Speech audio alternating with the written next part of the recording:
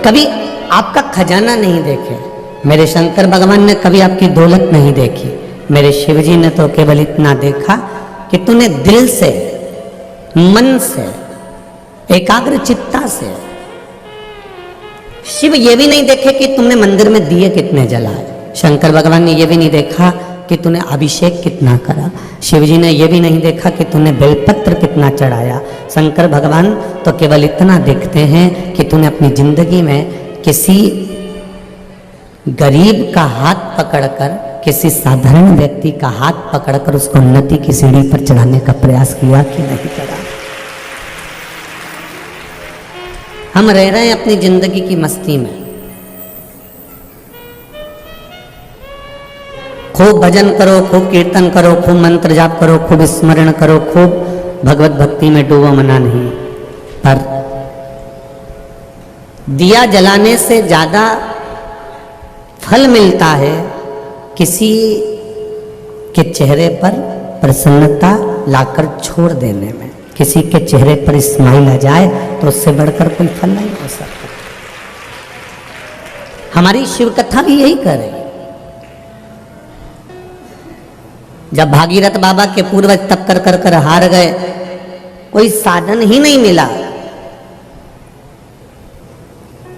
60,000 राख के ढेर पड़े हुए हैं कपिल बाबा के आश्रम में, और उनका उद्धार कैसे हो?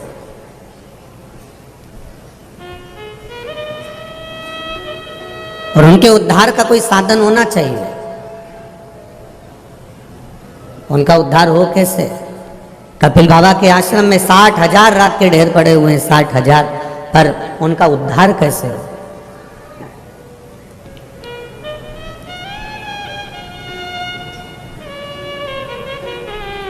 क्योंकि उनके भीतर भागीरथ जी के मन में एक भक्ति का एक भाव प्रकट था कि मुझे अपने पूर्वजों के उद्धार के लिए गंगा को लाना है। जैसे आपके भीतर की भक्ति है, जैसे आपके भीतर का विश्वास है, आपके भीतर की दृढ़ता है, आपके भीतर का विश्वास है, तभी तो ये पूरा पंडाल जो इन कार्यकर्ताओं ने बनाया, 1, 2, 3 पंडाल जो बनाए हैं, उससे बाहर तपतपाती हुई धूप में भी आप लोग बैठकर कथा का रस तत्व ग्रहण कर रहे हो। ये आपकी भक्ति ही तो है।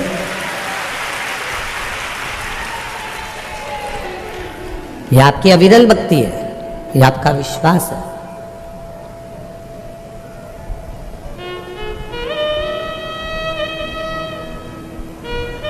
सिटी से बहुत दूर है कथा स्थल। आप लोग आए होंगे तो आपको मालूम पड़ा होगा, बीच में क्रॉसिंग भी आता है। सब कुछ पार करने के बाद तब कॉलोनी के द्वार पर पहुंचकर तब जाकर कथा के एकांत में अकेले, जहां शिव है और आप है और कुछ नहीं। और उसमें भी आपने ये नहीं देखा कि हम धूप में बैठ रहे हैं कि जगह है कि नहीं। कई जगह तो मैं देख रहा हूं कि बिछात तक नहीं, उसके बाद भी आप लोग आराम से बैठकर धूप में अलमस्त होकर कथा का रस तत्व ग्रहण कर रहे हैं। मैं आपकी भक्ति को नमन करता हूँ, प्रणाम है आपके चरणों को, नमन है।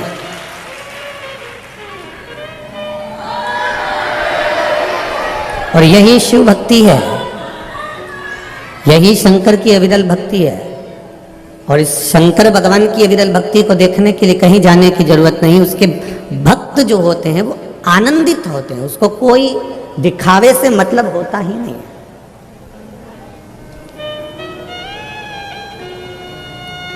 साठ 60,000 राख के ढेर कपिल बाबा के आश्रम में पड़े हुए हैं और भागीरथ जी महाराज जी विचार में लगे हुए हैं कि गंगा एक बार आ जाए और मेरे ये 60,000 काकाओं का उद्धार कर दे। अब इनका जो मन था कि गंगा एक बार आए और 60,000 का उद्धार कर दे, 60,000 काकाओं का उद्धार कर दे, पर गंगा तो गंगा है, केवल 60,000 के उद्धार के लिए गंगा थोड़ी ना आई है। गंगा तो भगवान शिव से भी कहती है कि मेरे आने का कारण क्या है, तो शिव जी कहते हैं केवल भागीरथ बाबा के 60,000 काकाओं के उद्धार के लिए तेरे को लेकर नहीं आया हूँ। गंगा तेरे को लाने का केवल इतना सा एक कारण है कि केवल 60,000 काकाओं के उद्धार के लिए नहीं, गंगा तेरे को लाने का केवल एक कारण है कि तेरे तट पर जितने रहेंगे, तेरे तट पर जितने विराजमान होंगे, अगर उनको कहीं अन्न भी नहीं मिला तो तेरा जल ही पान कर कर उनको मुक्ति मिल जाएगी, उससे बढ़कर कौन से। गंगा के घाट पर जितनी भूमि होती है वो सिंचित भूमि कहलाती है, और सिंचित भूमि पर थोड़ा सा भी लगाया जाए उसका फल अधिक मिल जाता है। मेरी माँ गंगा मैया आप सबका उदर पोषण करने के लिए तत्पर है। शिव कभी नहीं देखते कि आपका वैभव कितना है, भगवान शंकर ने कभी नहीं देखा कि आपकी दौलत कितनी है, भगवान शिव ने कभी नहीं देखा कि आपका वैभव, आपकी दौलत, आपकी संपदा, आपकी सत्ता कितनी है। शंकर भगवान केवल इतना देखते हैं कि आपके भीतर भक्ति का विश्वास कितना दृढ़ है, आपके भीतर शरणागति कितनी दृढ़ है। शरणागति का बल कितना प्रबल है।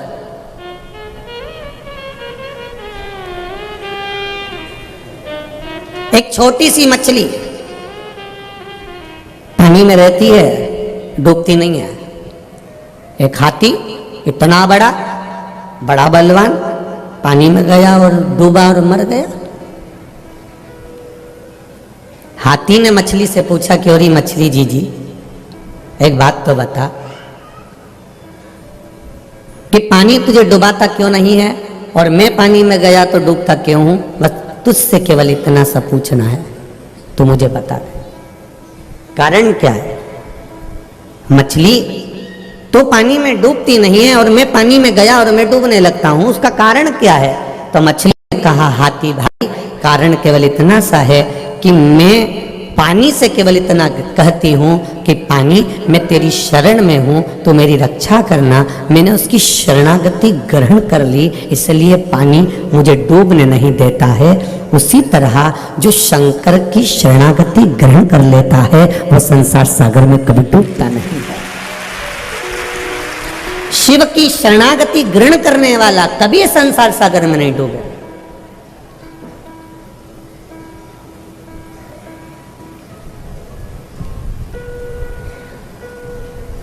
डूबेगा वही जिसने शरणागति ग्रहण नहीं करी है। आप शंकर जी के मंदिर जाते हो, एक लोटा जल चढ़ाते हो, आप बेलपत्र चढ़ाते हो, या आप शिव मंदिर में सफाई कर देते हो, शंकर भगवान के मंदिर को क्लीन कर देते हो, साफ कर देते हो। कोई कचरा पड़ा है उसको उठाकर कोने में रख देते हो, या निर्माल्य है उसको विसर्जन में ले जाते हो। आपने शिव मंदिर में एक लोटा जल समर्पित करा, जल चढ़ाया, बेलपत्र चढ़ाई, भगवान को दिया लगाया या अगरबत्ती लगाई, या दिल से तुमने जो भगवान को रिझाया, शंकर भगवान की इसको कहते हैं शरणागति ग्रहण करना।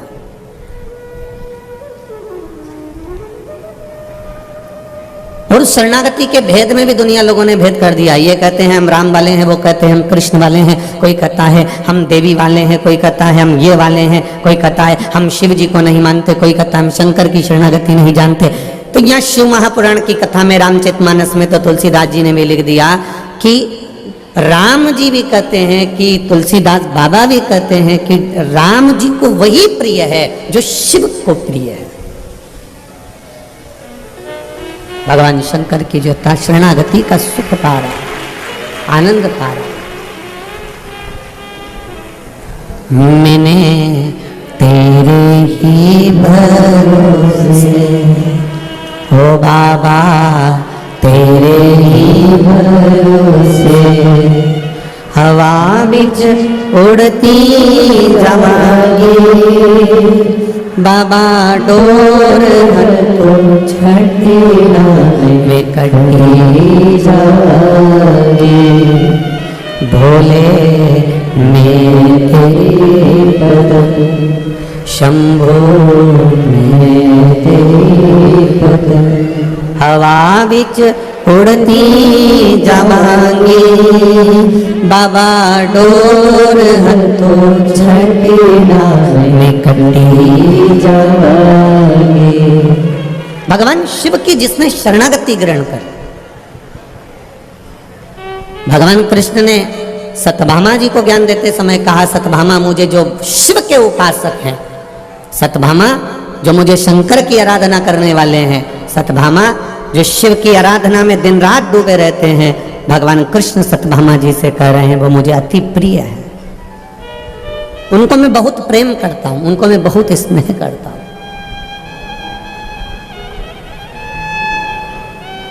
जो शिव की शरणागति में रहते हैं उनको राम जी भी स्नेह करते हैं, उनको कृष्ण भी स्नेह करते हैं। और केवल इतना ही नहीं कहेंगे, हम आपसे एक बात और कहना चाहेंगे। आप अगर भगवान की शरणागति में रह रहे हैं ना, तो आपको उसका लाभ जरूर मिलेगा। मस्तक पर तिलक लगाया,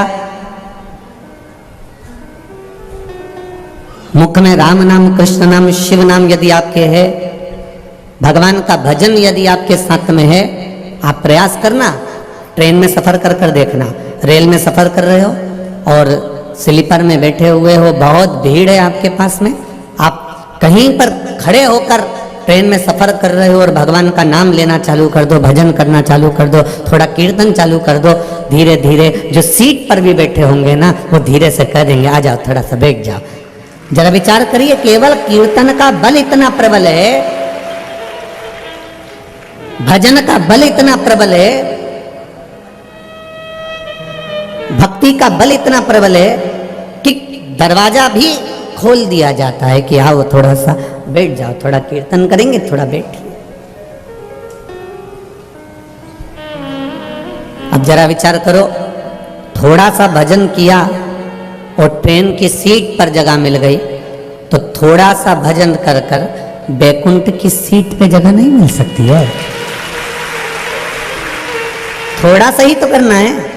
हम आपसे कमी नहीं कहे, इस व्यासपीठ से इतने सालों से कथा चल रही है, पर इस व्यासपीठ से सारी कथा निकाल कर आप देखना, हमने कभी नहीं कहा कि तुम 24 घंटे भजन करो। बोलो री कानपुर की जीजी, बोला कानपुर के जीजा उन भी बोल दो, बोला क्या कभी हमने ये कहा हो आपको कि आप 24 घंटा भजन करो? कभी नहीं कहा, कभी नहीं कहते कि आप 24 घंटा भजन करो। हमने कभी ये नहीं कहा आपसे कि आप 24 घंटा भगवान की माला पकड़ कर बैठे रहो। हम कभी नहीं कहते, हम ही नहीं पकड़े 24 घंटा, तो आपको काय को क्या? हम इतना जरूर कहते हैं कि जितनी देर भगवान का भजन करना है, जितनी देर भगवान का गुणगान करना है, जितनी देर भगवान का स्मरण करना है, जितनी देर भगवत कीर्तन को धारण करना है, जितनी देर भगवत भजन धारण करना है, शिव पुराण कहती है जितनी देर करना है। आपको 3 घंटे की कथा सुन रहे हो, 3 घंटे की कथा में भी अगर आप 5 मिनट बैठे हो, 15 मिनट बैठे हो, 10 मिनट बैठे हो, 5 मिनट बैठे हो, उस 5 मिनट में भी, 15 मिनट में भी अगर आप भगवान की भक्ति में डूबे हो और दिल से डूबे हो, तो आपको 24 घंटे जो भजन का पुण्य है वो आपको 5 मिनट में प्राप्त हो जाएगा। आप दिल से तो जपो।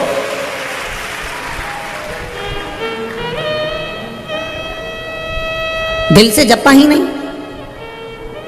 बैंक में जा रहे हैं, थोड़ा सा काम पड़ा, फिर बैंक में पहुंच गए, 2000 रुपये निकाल के लिया। फिर कोई काम पड़ा, बैंक में पहुंच गए, 5000 रुपये निकाल के लिया। फिर कोई काम पड़ा, बैंक में एटीएम पर पहुंच गए, 7000 रुपये निकाल के लिया। फिर बैंक में पहुंच गए, 7000 8000 रुपये निकाल के लिया। एक बार बैंक में जाओ और चेक भरो और एक साथ में एक दिन का खर्चा 1 लाख रुपया निकाल के लिया। बार बार बैंक में जाने की जरूरत नहीं पड़ेगी, बार बार फॉर्म भरने की जरूरत नहीं पड़ेगी, बार बार चेक भरने की जरूरत नहीं पड़ेगी। उसी तरह मृत्यु लोक में 7 दिन की जो शिव महापुराण की कथा कल्याणपुर वालों को, ये कानपुर वालों को जो मिली है, ये कथा अगर मिली है 7 दिन की, तो ये समझ लेना एक बार का चेक भरा जा रहा है और जिंदगी भर का लाभ प्राप्त हो रहा है। एक बार शिव महापुराण की कथा को श्रवण कर अपने जीवन की सार्थकता को प्रकट किया जाए, एक बार।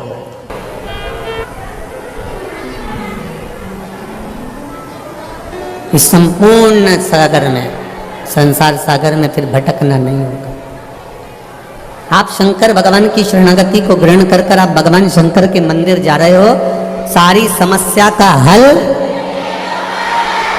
एक लोटा जल। शिव मंदिर में जाकर अगर चढ़ा रहे हो, शंकर भगवान का गुणगान कर रहे हो, शिव स्मरण कर रहे हो, श्री शिवाय नमस्तुभ्यम का जाप कर रहे हो, या एक बिलपत्र भगवान शिव को समर्पित कर रहे हो, तो उसका भाव यही है कि आप शंकर की शरणागति में।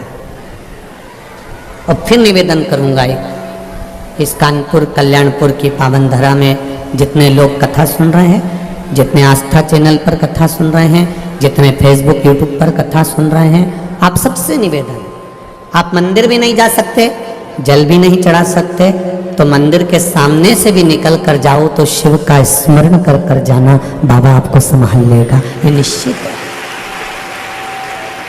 कुछ पत्र तो बहुत सारे आए हैं, पर जो पढ़े हैं उसमें कुछ पत्र बहुत अच्छे हैं।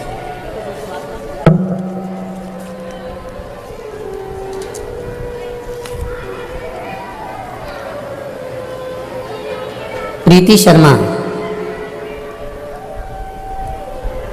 मेरे पिताजी का नाम श्री रूप किशोर शर्मा है, मैं आगरा की निवासी हूँ। कहीं बैठी हो प्रीति जी शर्मा तो दोनों हाथ हिलाइएगा, जहाँ भी बैठी हो दोनों हाथ हिलाइए। प्रीति शर्मा आप ही हैं, दोनों हाथ हिला दो बेटा। श्री शिवाय नमस्तुभ्यं। मेरा नाम प्रीति शर्मा है, मेरे पिताजी का नाम श्री रूप किशोर जी शर्मा है, मैं आगरा के निवासी हूँ। मेरे पिताजी को कैंसर था गले में, डॉक्टर ने जवाब दे दिया था कि इनको घर ले जाइए, ये 4 से 6 दिन के मेहमान हैं, इसके बाद में ये नहीं रहेंगे। जब यह बात मुझे पता चली तो मैं भोले बाबा के मंदिर जाकर बहुत रोई। आपकी कथा के अनुसार मैंने पशुपति व्रत किया, रोज शिवजी को जल पिलाती, शिवजी को जल चढ़ाती, वो जल इनको पिलाते, और दूसरे बाबा को एक बेलपत्र चढ़ाकर लाकर वह भी देती। बाबा की कृपा ऐसी है गुरुदेव कि अब मेरे पिताजी, जिसको डॉक्टर ने कह दिया था ये 4-6 दिन के मेहमान हैं, वो आज भी ठीक हैं और बाबा को रोज जल चढ़ा रहे हैं।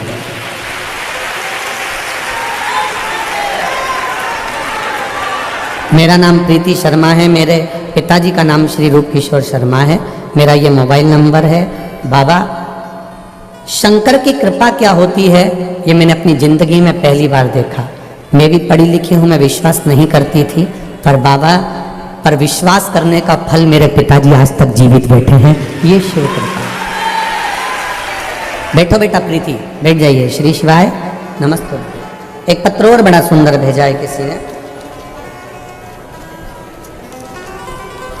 बच्चे का फोटो भी लगाया है। कैमरे वालों से निवेदन है, आस्था वाले इस फोटो को अवश्य दिखाएं। प्रिया गुप्ता, पत्नी पंकज गुप्ता, फेतफुलगंज, छावनी, कानपुर नगर, उत्तर प्रदेश से मैं आई हूँ। कहीं बैठी हैं आप ही हैं? श्री शिवाय नमस्तुभ्यम। हाथ हिला दीजिए एक बार। श्री शिवाय नमस्तुभ्यम। बाबा मेरी प्रेगनेंसी बहुत कठिन थी, भोले की कृपा से मुझे बाबा ने बच्चा दिया है। मैं बाबा को धोख लगाने के लिए तरस रही थी कि मैं सीहोर जाऊं, प्रणाम करूं, पर मेरे बाबा खुद कानपुर आ गए। ये बाबा को नमन है। पहली बार मैंने डॉक्टर को लाइफलाइन हॉस्पिटल कानपुर में दिखाया तो उन्होंने बताया कि बच्चे की ग्रोथ नहीं है और बच्चे की धड़कन नहीं है, बच्चे का ऑपरेशन करना पड़ेगा, उसको ऑपरेट करना पड़ेगा क्योंकि बच्चे की धड़कन नहीं आ रही है, बच्चा पेट में बढ़ नहीं रहा है। उन्होंने मुझको फिर कहा आप एक काम करो, थोड़े दिन इंजेक्शन वगैरह लगवाओ। मैंने सुई लगवाना, इंजेक्शन लगवाना प्रारंभ करा। 15 दिन बाद फिर डॉक्टर को दिखाया तो उन्होंने कहा बच्चे की धड़कन नहीं है, बिल्कुल भी बच्चे का ग्रोथ नहीं है और धड़कन नहीं है। उन्होंने मना कर दिया कि इस बच्चे को ना रखा जाए। तब हम बहुत परेशान हो गए। तब मेरी माँ ने, मम्मी ने फ़ोन करा कि बेटी तुम मायके आ जा। मैं मायके चली गई। माँ से गले लगकर मैं खूब रोही कि भगवान ने संतान दी पर उसको धड़कन नहीं दी, श्वास नहीं दी। मैं बहुत तकलीफ में आ गई। मेरी माँ ने कहा मोबाइल पर शिव महापुराण की कथा सुन। मैंने बाबा की कथा सुनना प्रारंभ करी और बच्चे के स्वास्थ्य के लिए मैंने उसी समय पर पशुपति व्रत करना प्रारंभ कर दिया। पशुपति व्रत करना प्रारंभ करा। 1 लोटा जल शंकर भगवान को चढ़ाती, पानी लेकर आती और पी जाती। मंदिर में ही बाबा को जल चढ़ाकर मंदिर में बैठ के पीती, रोती रहती, बाबा से कहती रहती तूने औलाद दी और उसको धड़कन नहीं दी, डॉक्टर कह रहे हैं कि इसको ऑपरेट करना पड़ेगा। जैसे तैसे मैंने महीना निकाल दिया पर ऑपरेशन नहीं करवाया। मैंने भी बाबा का भरोसा रखा।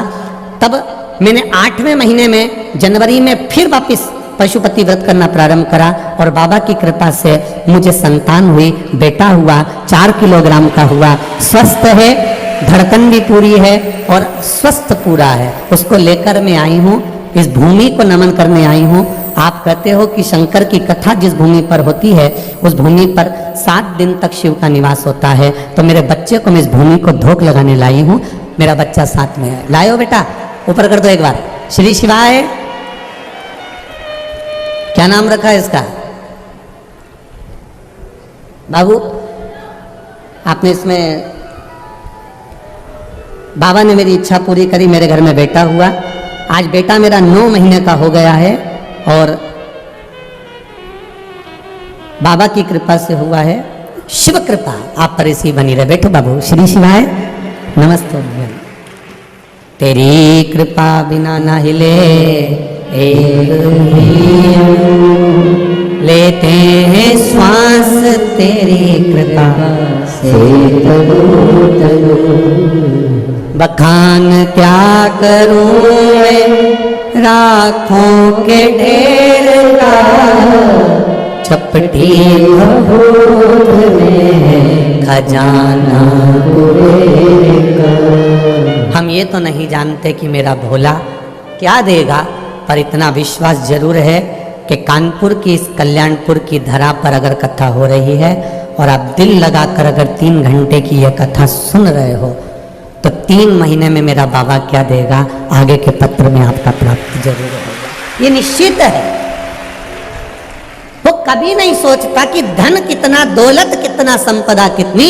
वो तो केवल एक चीज विचार करता है कि भक्ति कितनी है, और इसी को तो भक्ति कहते हैं साहब, इसी को भक्ति कहते हैं। कथा का पहला दिन है और आप इतनी संख्या में आए हो कि चारों तरफ भरे पड़े हुए हो। ये शिव कृपा नहीं तो और क्या है?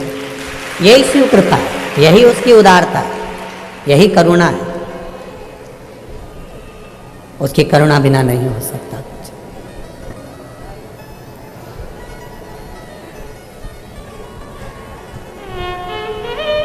बस एक निवेदन जरूर करूंगा समिति से, बहुत अच्छे आप लोग व्यवस्था करे हो, पर ये जो व्यवस्था आप लोग जो वीआईपी के लिए बीच में जो जगह रहती है और जो जगह जब बैठ जाए सब उसके बाद में खाली रह जाती है, तो मेरा निवेदन है जो वीआईपी नहीं है उनको भी भर दिया कर।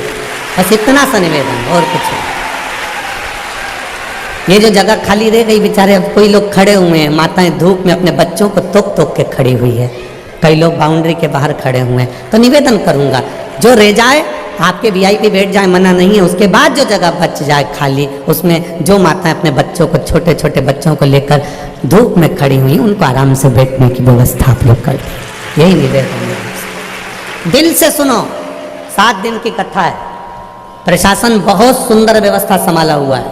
हमने देखा जहाँ से हम चले वहाँ से लेकर यहाँ तक पुलिस प्रशासन ने बहुत सुंदर व्यवस्था संभाली है। मैं आदरणीय कलेक्टर महोदय, एसपी महोदय को भी धन्यवाद देना चाहूँगा। बहुत सुंदर आप लोगों ने व्यवस्था, जितने भी टीआई, सीएसपी, एसपी जो लगे, बहुत सुंदर आप लोगों की व्यवस्था। शिव कृपा इसको कहते हैं। आज से नहीं आना है आपको, आप कल से व्यवस्था हमने संभालने का बोला है, आज से नहीं। आप तो अपनी जगह बैठकर कथा का तत्व सुनो। भक्ति का तत्व जो है, स्मरण तत्व जो है, वो आनंद देने वाला। महाराज शिव कथा कहती है, भगवान का सुंदर शिव महापुराण की कथा कहती है कि भगवान को तुम्हारा वैभव, भगवान को तुम्हारी दौलत, भगवान को तुम्हारा धन, भगवान को तुम्हारी संपदा, भगवान को तुम्हारा बहुत वैभव नहीं चाहिए। भगवान को केवल एक चीज चाहिए, तुम्हारी निर्मल भक्ति, और भक्ति का बल, बस वही शिव को चाहिए, उसके सिवाय कुछ नहीं।